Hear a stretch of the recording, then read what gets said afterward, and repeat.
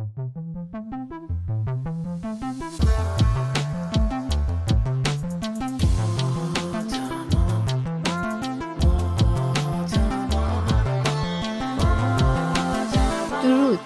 به نام بینام خالق هستی.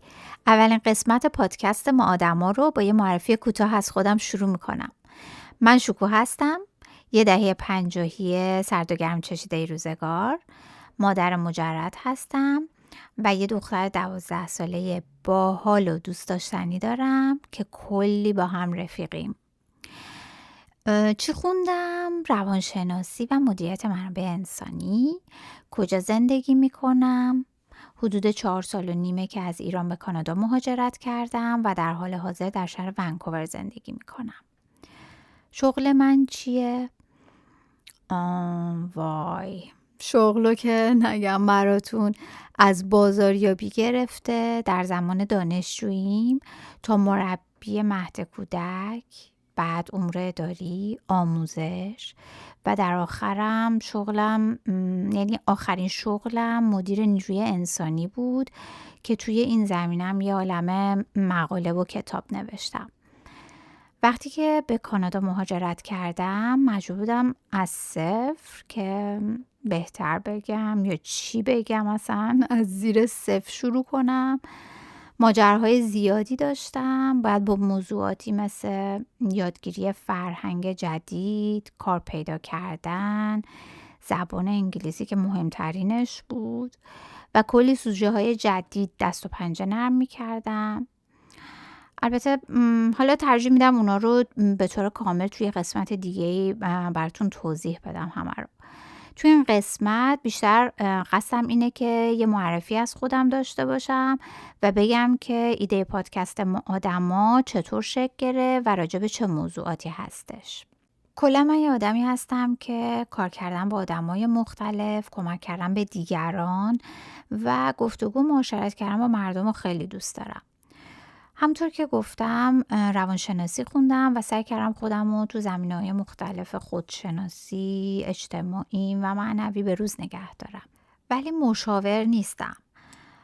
دوستان زیادی دارم در سنین مختلف و ملیت‌های متفاوت که با هم گپ و گفتای دوستانه داریم راجع به واقعیت‌های زندگی.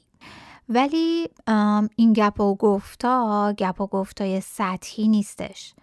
معمولا خیلی عمیق میشه و میره توی موضوعاتی مثل رابطه، سکس، هویت فردی اجتماعی، مهاجرت، شغل و کلی موارد دیگه. حالا تا اینجا رو داشته باشین. از یه دید دیگه من دیدم که بیشتر رسانه ها یا راجع به سلبریتی ها صحبت میکنن یا با آدمایی که به یه موفقیت یا جایگاه خاصی رسیدن گفتگو میکنن. اونم خوبه، اما با خودم فکر کردم که پس بقیه آدما چی؟ کی قصه من و شما رو بگه؟ من با خودم فکر کردم چقدر ما آدما تجربه هامون منحصر به فرده و هر کدوممون قهرمان زندگی خودمون هستیم، چه بدونیم چه ندونیم.